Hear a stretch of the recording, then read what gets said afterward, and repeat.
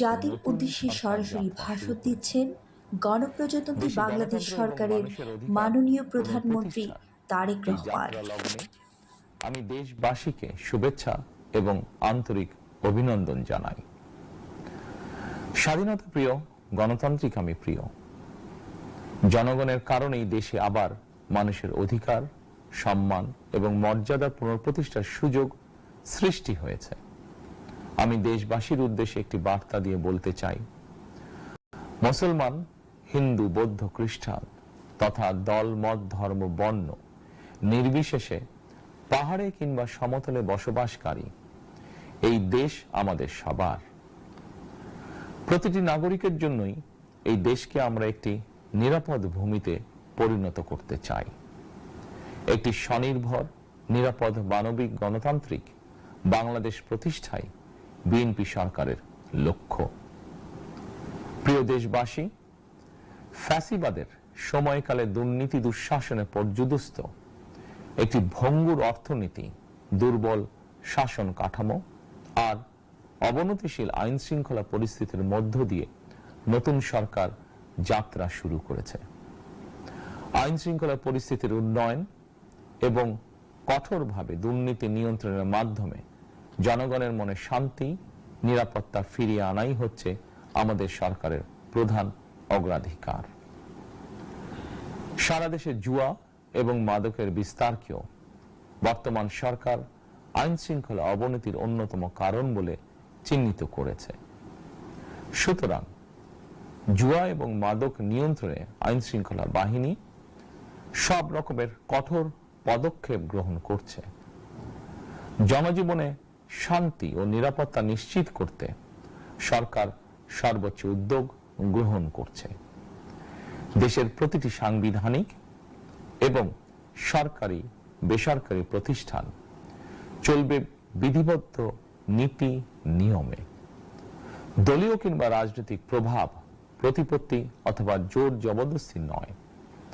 আইনের শাসনই হবে রাষ্ট্র পরিচালনার শেষ কথা। প্রিয় দেশবাসী, আগামীকাল থেকে সারা দেশে শুরু হতে যাচ্ছে পবিত্র মাহে রমাদান। আমি দেশবাসীকে পবিত্র মাহে রমাদানের শুভেচ্ছা জানাই।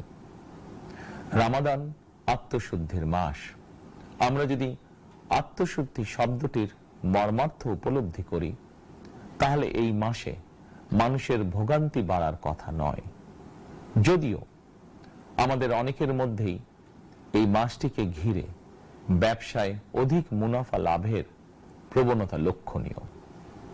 আপনাদের প্রতি আমার বিনীত আহ্বান, রমাদানের পবিত্রতা রক্ষার্থে এই মাসটিকে আপনারা ব্যবসা মুনাফা লাভের মাস হিসাবে পরিগণিত করবেন না। দ্রব্যমূল্য যাতে সাধারণ মানুষের নাগালের বাইরে না যায়, এ ব্যাপারে ব্যবসায়ীরা দয়া করে সতর্ক থাকবেন। হাজারো প্রাণের বিনিময় একটি মাফিয়া সিন্ডিকেটের পতন ঘটিয়ে রাষ্ট্র এবং সরকারের জনগণের অধিকার প্রতিষ্ঠার অঙ্গীকার নিয়েই আমরা রাষ্ট্র পরিচালনার দায়িত্ব গ্রহণ করেছি।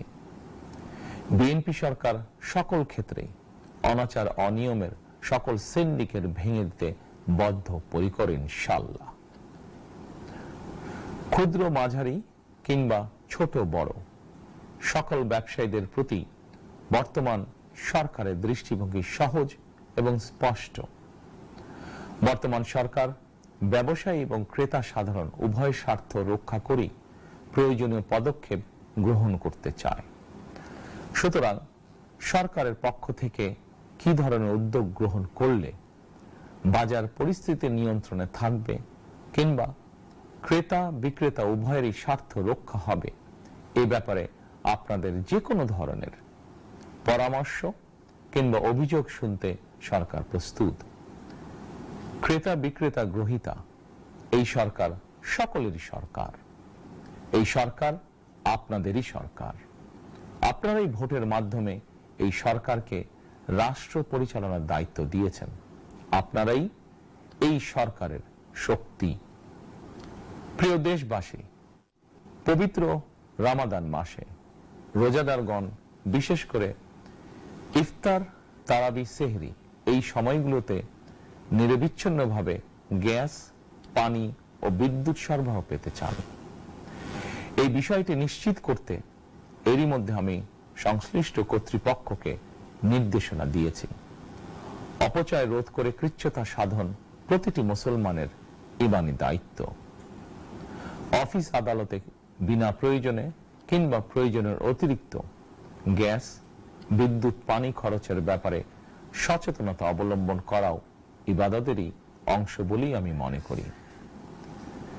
দেশের সকল সরকারি বেসরকারি কর্মকর্তা কর্মচারী এবং জনসাধারণের প্রতি কৃচ্ছ্রতা সাধনের আহ্বান জানানোর আগে আমি সরকারের মন্ত্রী এবং বিএনপি সংসদ সদস্যদেরকে দিয়েই একটি দৃষ্টান্ত স্থাপন করতে চেয়েছি।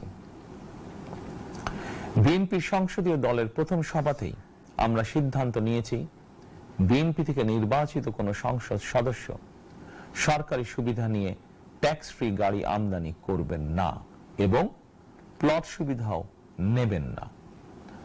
আমি আপনাদের সামনে বলেছিলাম, রাষ্ট্র পরিচালনার সুযোগ পেলে বিএনপি সরকার মহানবীর ন্যায়পরায়ণতার আদর্শ অনুসরণ করবে।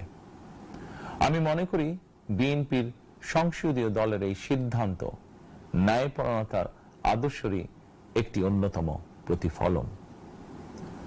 প্রিয় দেশবাসী, বিভাগীয় শহরগুলিতে বিশেষ করে রাজধানী ঢাকায় যানজট অত্যন্ত নিয়ন্ত্রণহীন। হাটে মাঠে ঘাটে, অফিস আদালতে জনগণের ভোগান্তির শেষ নেই।